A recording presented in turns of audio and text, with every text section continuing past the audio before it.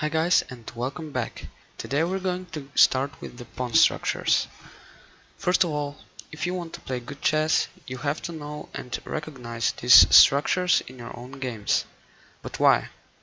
That's because they give you plans in a certain position and they tell you how you should play in this position. And for today I just decided to go over the isolated pawn. It's a very interesting structure because some players are afraid of it and some players love it. I don't mind playing with an isolated pawn, but I prefer not to have it.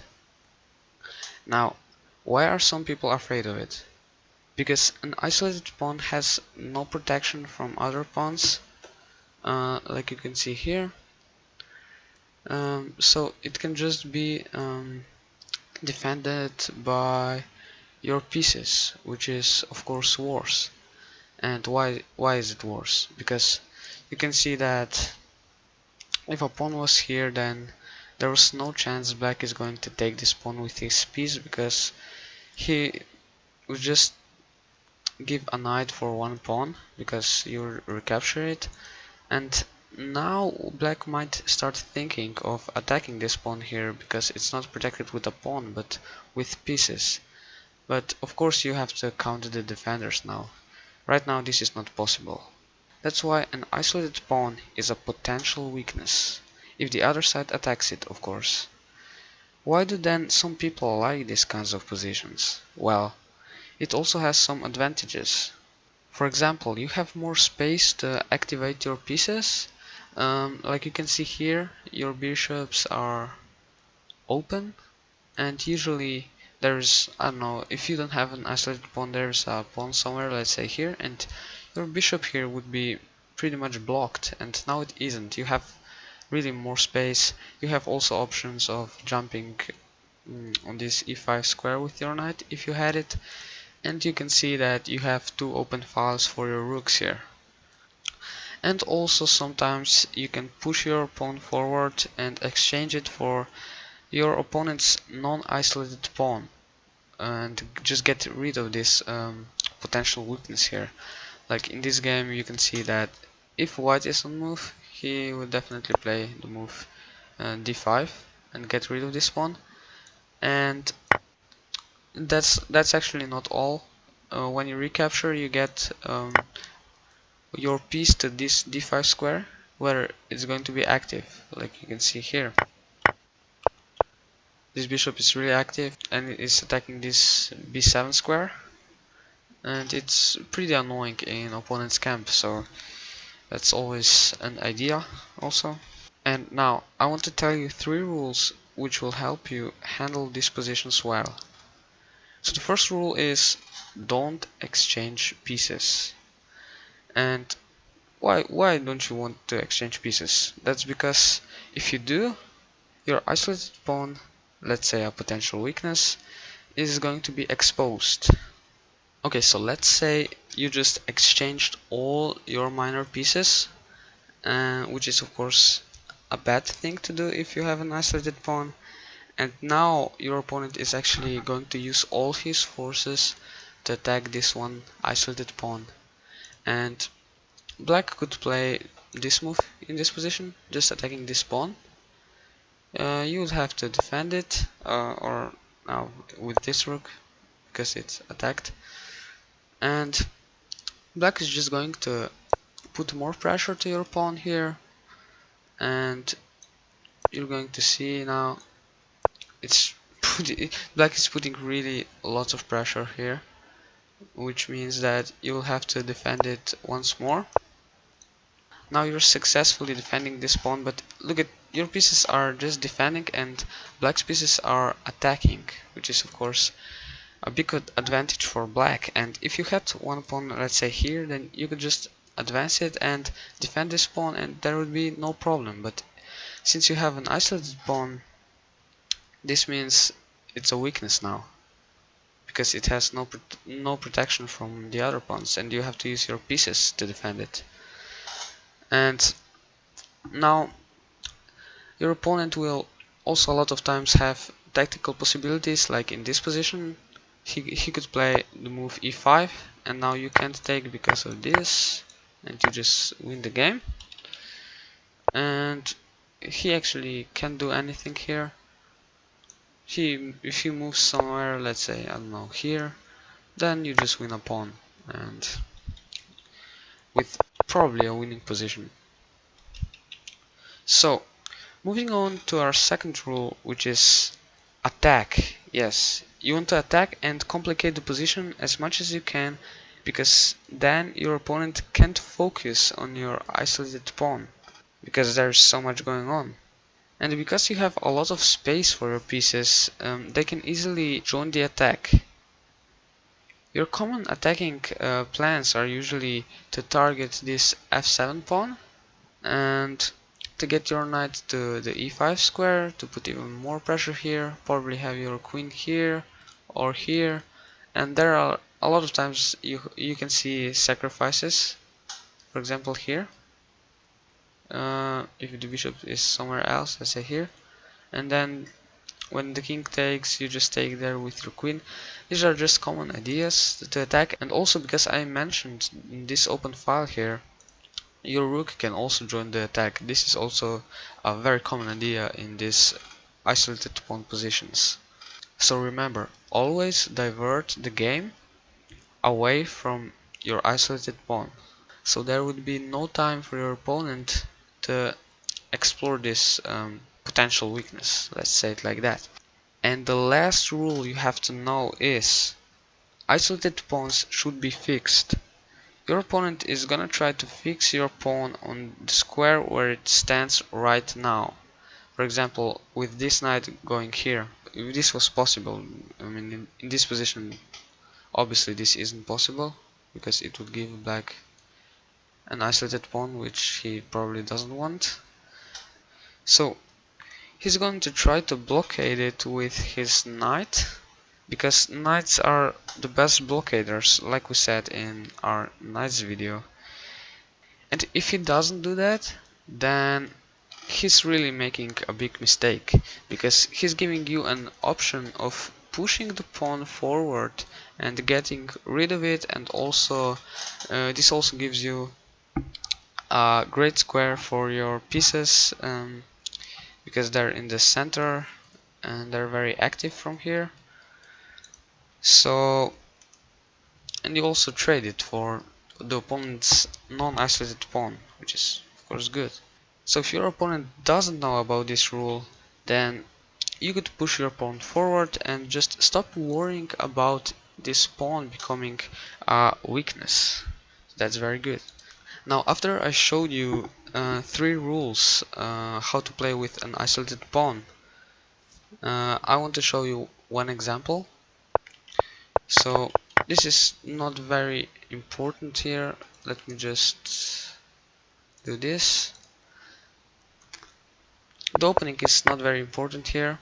Okay, so at this moment, the player with the white pieces decided to take the pawn with his pawn, and this gives him an isolated pawn, which probably makes us think that he likes positions with an isolated pawn.